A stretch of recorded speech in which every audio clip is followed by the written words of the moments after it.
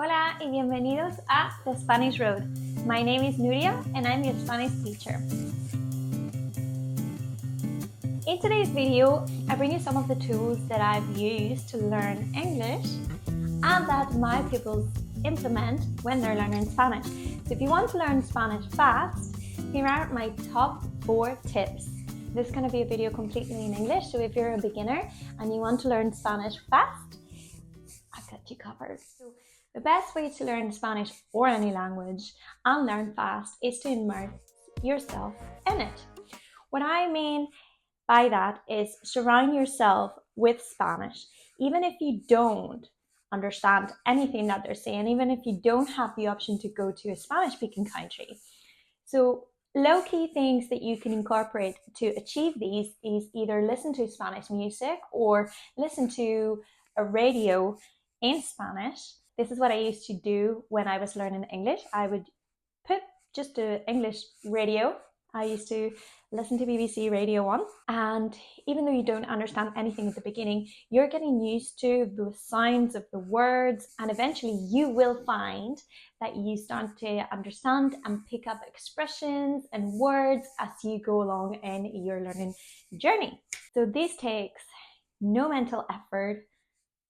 In reality, no effort at all. So you can do these while you commute, while you're at work, while you're at the gym, and it takes literally 0 effort.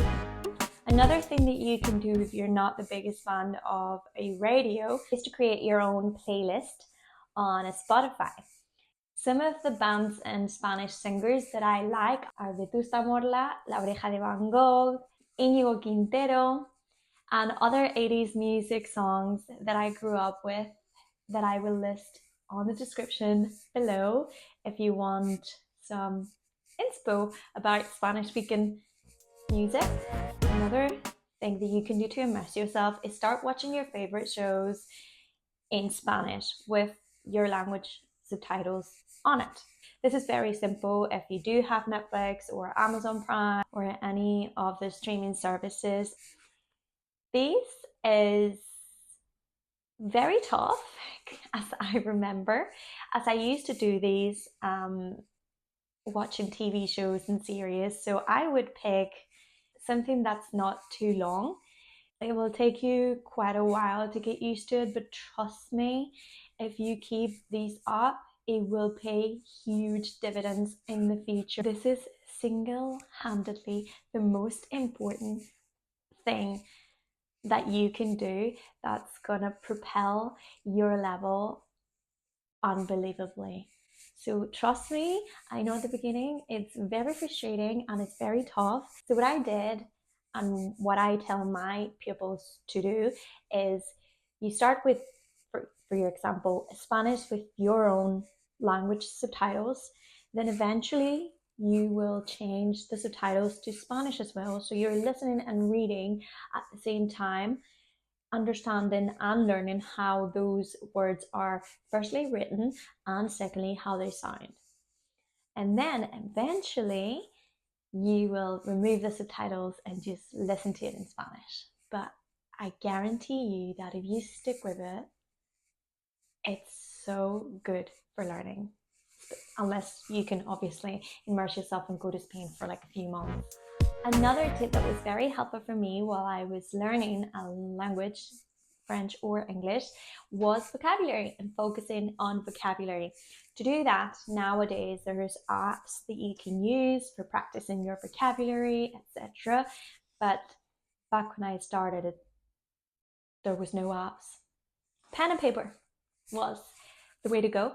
So the way that I used this, also using little pockets of time, it doesn't have to take a long time to learn Spanish. You can dedicate a few minutes of your day to seriously focus on Spanish, but this was really helpful for me. So what I did was basically you eat like an A5 and you fold it and then you fold it again like this. And then you fold it again like this. So now you have, I don't know, probably hundreds of words that you can have in here. So you would write the Spanish word in one side and your language translation on the other side, and then you end up with a massive list on both sides. And you can, whenever you have time, whether it be you're waiting in a queue at the shop, or you're at the bus stop, or you're waiting for a friend, or you're, I don't know, taking 5-minute breaks at work, you can quiz and test yourself. No screen required. I guaranteed. Also, this tip is really, really helpful. And you can also have hundreds of words. So you have these, then the inside, then obviously you can turn it around and you have another 4 columns, and then you can just like, turn around and you end up with like hundreds of words that you can quiz yourself on. Another thing that I didn't have to use, but that I teach every single one of my students to do, is to learn the vocabulary with the article that goes with it. If you're a beginner in Spanish, you're probably not aware, but Spanish words have a gender, so they can either be feminine words or masculine words.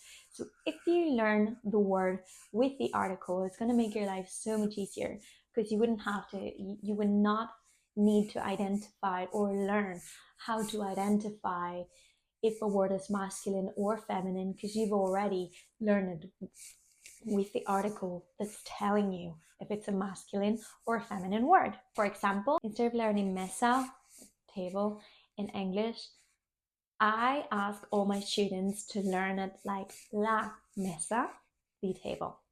Or, for example, estación, you might think it's a masculine word, but in fact is a feminine word. So you would learn it la estación instead of just learn estación on its own, because it might confuse you in the future. And I will save you so many headaches by just using this tip, and I guarantee it's really, really good as well. Is to schedule your learning time, especially and particularly for grammar. I know a lot of people don't like studying grammar, so just pick a time. It can be small pockets of time of 15 minutes per week or every 2 weeks, just to focus on grammar. Learn something about a new verb, or how to use the future tense, how to use the subjunctive, the different types of subjunctive in Spanish. Just use 15 minutes to learn something about grammar once a week.